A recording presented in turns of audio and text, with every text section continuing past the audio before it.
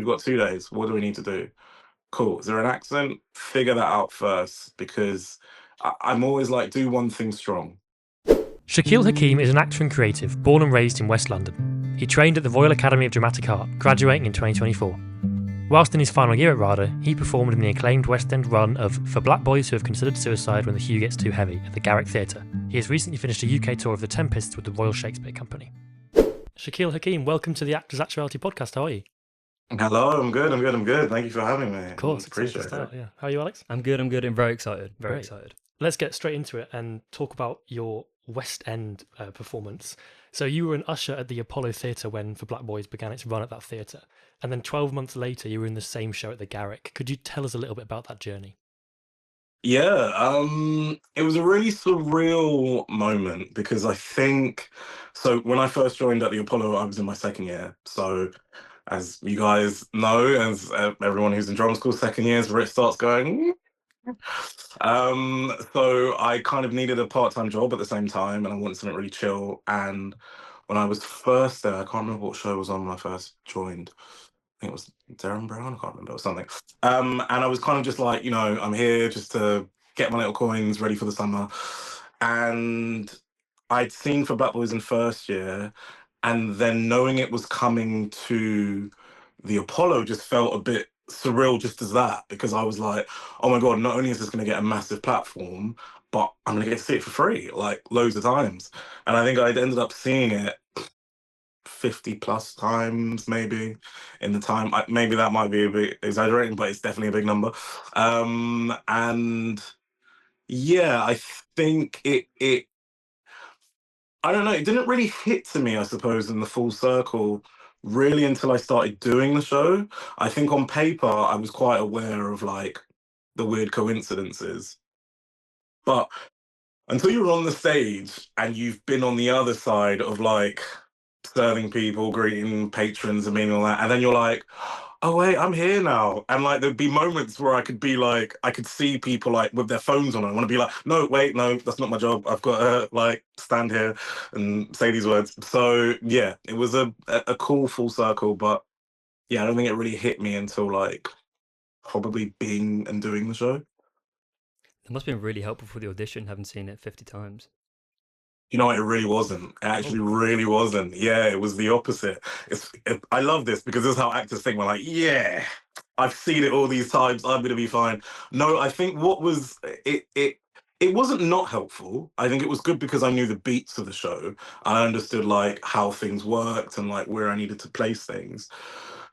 But I think it wasn't helpful because Emmanuel, who played my character before, who's incredible, I'd obviously seen him every night and known exactly how he was doing it. And because my character was quite like the comedic role, I think comedy is very much like rhythms and beats. Like I was like, oh, that's what they find really funny. That's what they don't. And I went into the audition going, okay, cool. I'm going to follow those beats and rhythms.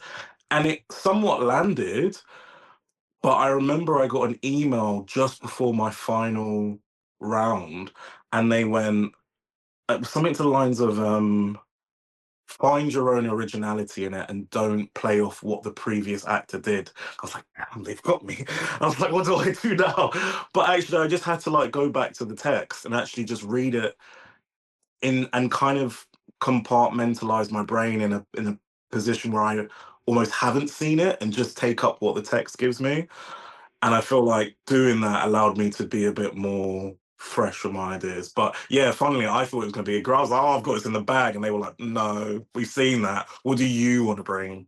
So yeah, that was quite an exciting time. We were discussing it actually when we were preparing for you, that Yeah. it must be so challenging to bring your own aspect and perspective to the role, but still sticking to the original source and the original, like you were saying, comedic beats. Yeah. It's a lot of pressure. It's a lot of pressure. Yeah, I think, I suppose it's weirdly, again, I didn't feel that pressure, probably not until maybe just after press night, or maybe just before press night. There was a time around that where I felt like every time I would finish the show and go to stage door, there'd be amazing people that would come and see the show and say such lovely things, but sometimes such heavy things. And I kind of like was like, oh wow, I forget. For me, when I first saw it as like a black man and a black actor, it meant so much for me. But I forget that now I'm in that position. It means so much for people younger than me. It means so much for other black men or people just of the culture who are trying to understand themselves. And I think the pressure slightly came from this idea that, oh, this is so much bigger than me. And like, it means so much to people. And then people be like, you know, I've had this happen, I've had that happen. And I've been like, whoa, I did at the same time have to protect my own peace because I'm like, I'm an actor and not a therapist. So I don't know what to say to that. But I think at the same time, it did really make me go, oh, wow, this is, yeah, bigger than me, I suppose is the best way. How did you, like, from a more technical perspective, what did you make sure to do to make sure you filled the space physically and vocally every night? Because the Garrick Theatre is massive. So what did you sort of do to maintain that?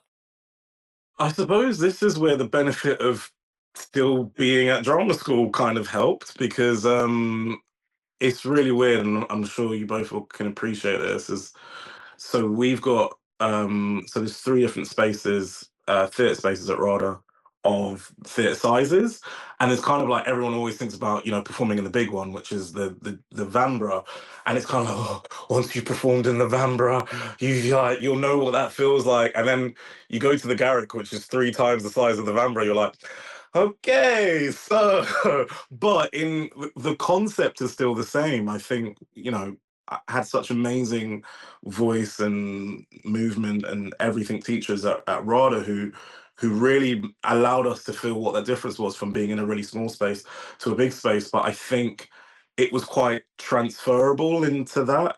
And I think all the technical things allowed me to, you know, reach all the way to the top of the grand because it's high. The Garrick is quite a weird shape because it's quite like narrow but long in a weird way, but then quite sparse. So like if you were to look up to where the top is, it's really like steep.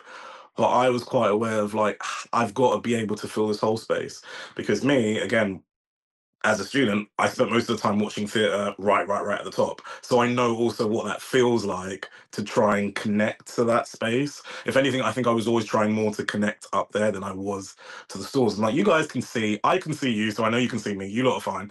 But it's like, how much can you travel and connect? So yeah, I think the fact that I was still sort of in the midst of that, which was quite weird because I only got to do two of my third year shows, and one was in our biggest space, and the other one was in our like second smallest.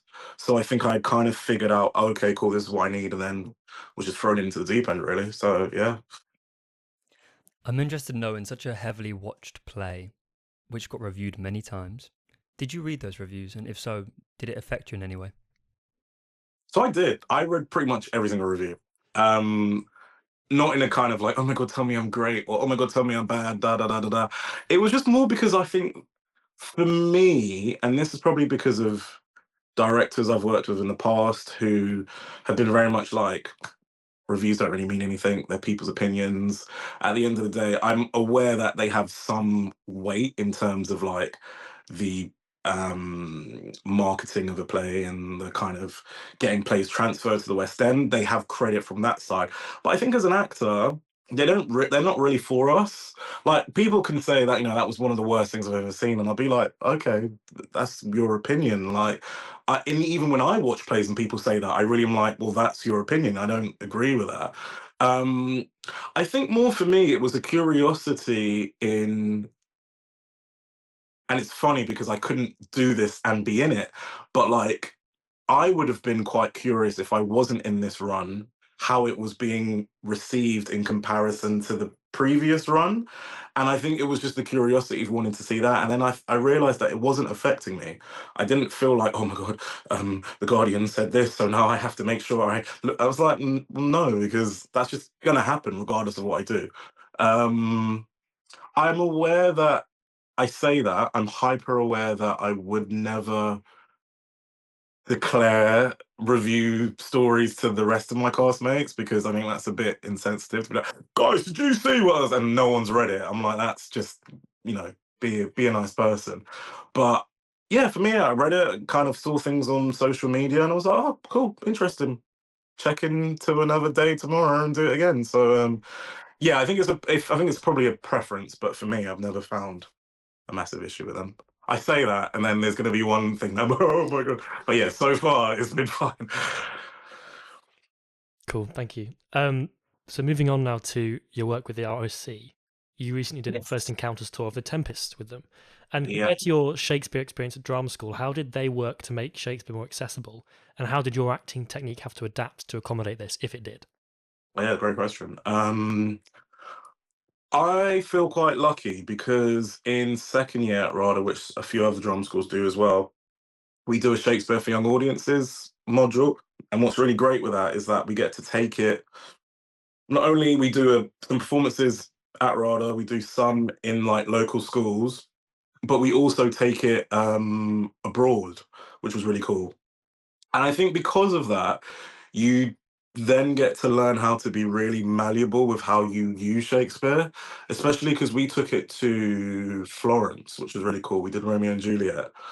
And I think with that, you kind of have to learn, especially there were some people who came to that show in Florence that I know English wasn't their first language, but I suppose theatre is quite, universal. I think if you get the beats and you get the moments, you can figure it out. But what was the most interesting was when we did it in schools in the UK, and woo, kids are not they're brutal.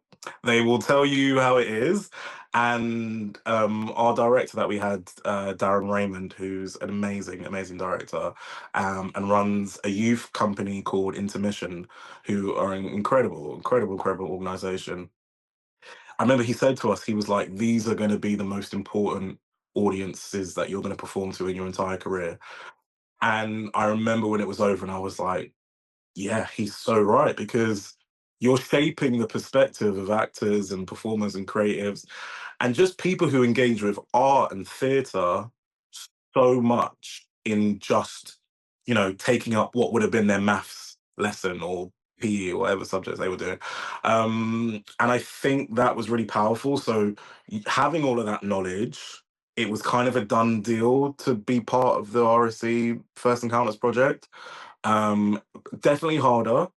It was a lot harder, just purely because, we went to, I think, over 100 and something different places, as in like different venues, at least, I think, 15 different cities, I think. I can't even think on top of my head. So there's a lot of logistic stuff that you're figuring out on the go. But I just said this to someone yesterday, actually, when we was talking about it. I was like, it felt like my fourth year of training. And I think for me, I never want to feel like I'm not still training or learning or developing.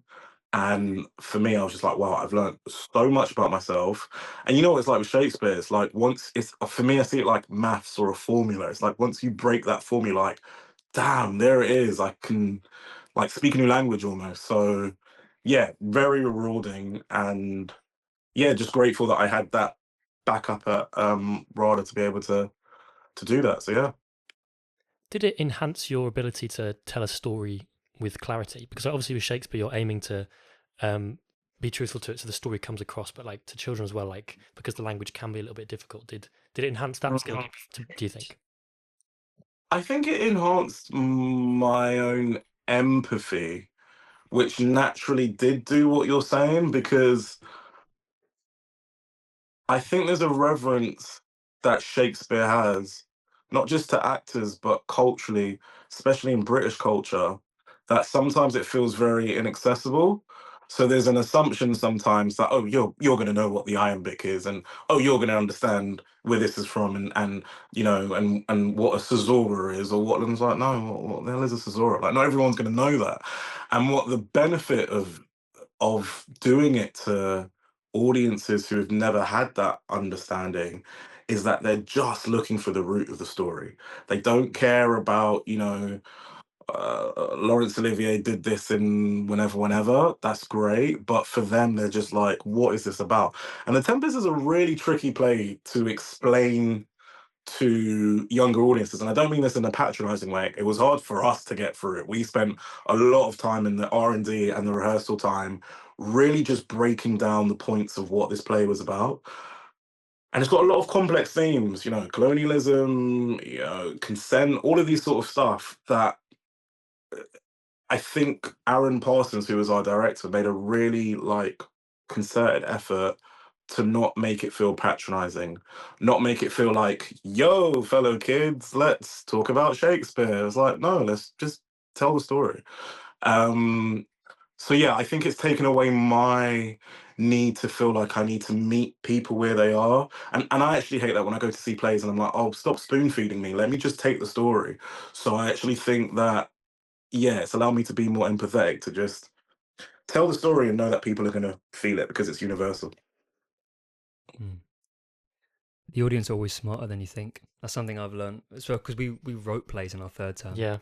And the amount of exposition that we didn't need, We had to cut or down, explaining to the audience. Yeah, 100%. And I think it just becomes, I think, comes out of a need to want to connect and communicate and get people on the same page. But we see things on a day-to-day basis. Like, there were some really heavy themes. I remember being rehearsals being like, is this for kids? Like, are we sure that kids are good? Okay, sure. But that bit where I start screaming, are we sure? Oh, okay, cool. And I'm like, actually, you forget that what we see in our day-to-day lives is probably so much more than what we try and pretend people don't see. So yeah, I agree. I want to talk a bit about the life of an actor, especially as a lot of our listeners will be graduating or starting an acting career. What's it like working at the top of your game at the West End, for example, and then going back to a Muggle job?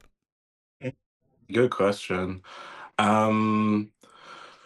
It's interesting. I think when you're in drama school, you have a lot of routine. You've got a lot of structure and a lot of, these classes, these workshops, these projects that you're on, and then that just sort of disappears.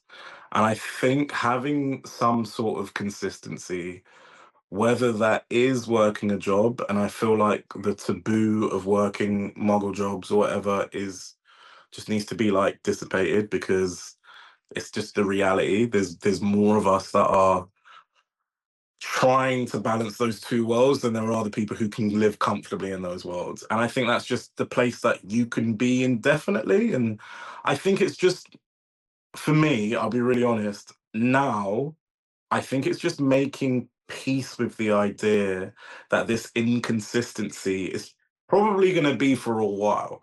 And I know that sounds really dark and bleak, and people are going to be like, what do you mean? It can't be. But actually, the minute you let go of that is the minute things start coming into your life. And also, for me personally, I and you guys are doing it by doing this podcast. I just really feel like acting can't be your entire life. It's something we do because we love, but it's a job. We get paid for it. The creativity aspect is something that we do for free. We love being creatives and we love doing what we do. But I think there is a fear that I had after doing For Black Boys, is what's next? And I would go on all these interviews, and I remember the question I get all the time is, so what you up to next? I'm like, I don't know. I'm just trying to get this done. And I would say it's a two-pronged thing. I would say, one, I think as creatives, we need to feel okay with saying, I don't know what's next. And two, please, this is a PSA, and look directly into the camera. This is a PSA to all other actors out there. Stop asking people, what are you up to now? Just let's stop. Because I think that in itself is something that makes us feel like our whole world needs to be around this thing that we do for fun because we love. And actually, we've got hobbies, we've got careers, and we've got ambitions around other things. So I think it's just about having a structure in your life, is in this transition between if it's drama school or it's anything that you're going into, having a transition, remembering why you do it, and focusing on what's important to you outside of this, and having friends that you can connect to outside of this as well. Especially drama, just like drama school, just like being on a West End show, it's a bubble, and then that bubble pops, and you're like, oh damn, like what do I do now? So I think it's just being prepared for that. Even at the end of the run, I think I was a bit like, okay, so this is over now. What am I going to be known for? But actually, that's fine. Like things will find itself when they find itself. Awesome, thank you. Do you have any tips for our listeners regarding auditioning? Be kind to yourself. Oh, if I can only say that louder, be kind to yourself. Know that it's not about you. I'll be really honest. I been quite. I always have to be careful saying that because I always say being quite lucky, but you know, talent is talent. I think if anyone can have a sense of talent and know who they are, you're going to get into rooms. Everything else is out of your control. And I think that's really hard to like settle in because you'll go for something and you'll be like, but I was right for it. And like when the director shook my hand, he looked me in the eyes and gave me the wink and the gun. And I'm like, you can't always take everything as a personal attack. Sometimes you're just not right for the role. Quite recently, actually, as much as I've had some really good jobs and stuff coming or whatever, I've had a lot of like nice no's that I'm quite grateful that my agent sends these to me. And it's like, you weren't right for the role because of X, Y, and Z, but we loved you and we hope to have you back. And I think really to like sit in those nice no's and go, oh, it had nothing to do with me. Like there was one that I went up for, and it was just purely because the lead actor was slightly older than me, so it wouldn't have made sense to have the age gap. And I'm like, well, that's nothing I can control. Like, and I think knowing that, like, your talent will always show up for you, but you can only control what you can control. And yeah, be kind to yourself. Everything that you discover will be new. And the biggest thing, book the room, not the job, because actually going into a room and making great impressions with people and that they call you back for other things, which has happened to me several times now. Even technically happened to me with For Black Boys. The casting director for that, I'd auditioned for her years ago. And like, you just never know where things are going to lead. So even if you feel like, you know, oh crap, I don't know if this is going to go well, just make a good impression to the people in the room because you never know where that's going to land you. I think that's a really refreshing mentality, especially the concept of it's not always in your hands. And I think especially for people graduating, it's really hard to grasp the concept of rejection. I know I've struggled with that personally. Yeah. So I think that's a really refreshing mentality. Sometimes there's very little you can do. 99% of the time, it's nothing to do with you. Yeah. And it's hard. And like, it's hard when other people aren't talking about it. I think that's why it's so great that you guys have made this platform as well, because it allows people to have a chat. I am also in the midst of making a podcast. So like, I think there's a feeling in the air of like wanting to have a space to talk about it because I have this conversation so much with people and I feel like I'm the only one like feeling all of these insecurities and fears and I speak to someone and like me too. I'm like, oh, okay, I'm not alone. And I feel like that's what it is. It's knowing that we're all going through this process. Yeah, of course, there is a stage when you get to like, you know, a different sort of region of acting where people start asking for you to be available and giving you scripts. But I think, and even when you're at that part, you just have to be settled in yourself. So, yeah, just being kind to yourself, I think is a big thing. When you get an audition through, say you have 2 days notice, what's the first thing you do to prep? I take a big breath, and then, no, honestly, I do because I can be a spiraler. And I know that I'll be like, but I don't have enough time. How am I going to get this done? And da da da da da. I think I just go, okay, cool. Practicality. We've got 2 days. What do we need to do? Cool. Is there an accent? Figure that out first because I'm always like, do one thing strong. There's no point trying to do loads of things half-heartedly and like you're not off book and you don't really know the accent. You haven't done the backstory and they're asking you questions and you're a bit like, huh? I think it's better to be really strong. Even the whole thing of being off book, I think it's a really good thing to do. I think it makes the audition a lot easier. But for me, as someone who, in 2 days, that would stress me out. I'd rather just be really strong on book that I can glance to, as opposed to trying to do that. So again, do one thing strong. If that means that I'm not going to be off book, but I'm gonna do all the backstory and I'm gonna have a great accent. I don't know why that might be a thing.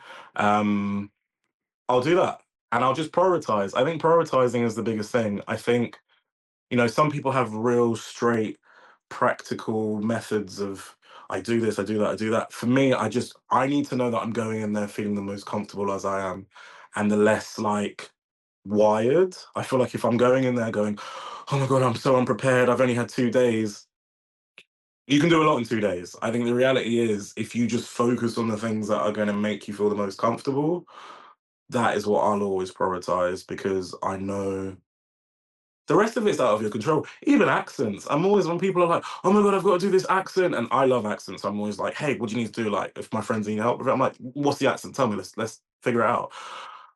But then I also just go, you're gonna get an accent coach, you're gonna get a vocal coach. Like, do a strong attempt to it, but they're not expecting you to be like the best of the best. Otherwise, you would have already been doing it. So yeah, focus on one thing and make that the thing that you can feel comfortable about. Do you only allow yourself a certain amount of takes with self-tapes, or do you do as many as you feel you need for that specific one? Oh, good question. Um, in the past, I think when I first started doing self tapes, maybe pre-pandemic, self tapes weren't as big of a thing. So they were kind of far and few between. I miss those days.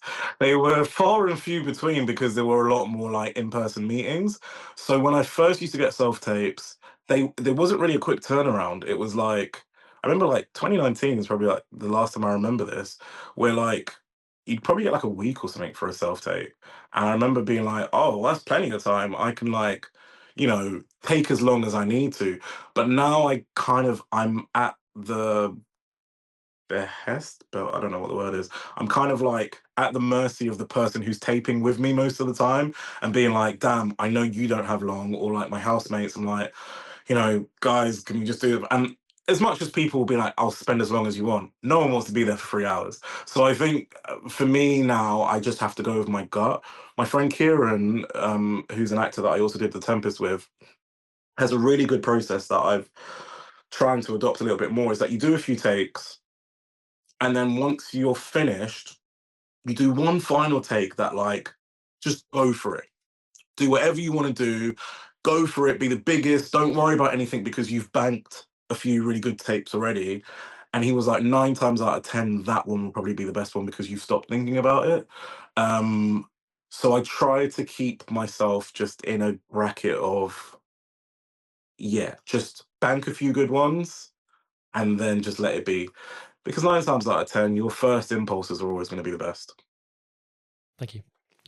We can cut this out if needs be, but what's your podcast about? Oh, so it's funny. It's not too dissimilar to what you guys are talking about, but mainly it's kind of what I spoke about before. I think there's a bit of a disparity sometimes with us as actors who are in this like beginning stage, having to work muggle jobs and figure everything out, and then the actors who kind of go on podcasts and it's great to hear, but talk about things retrospectively.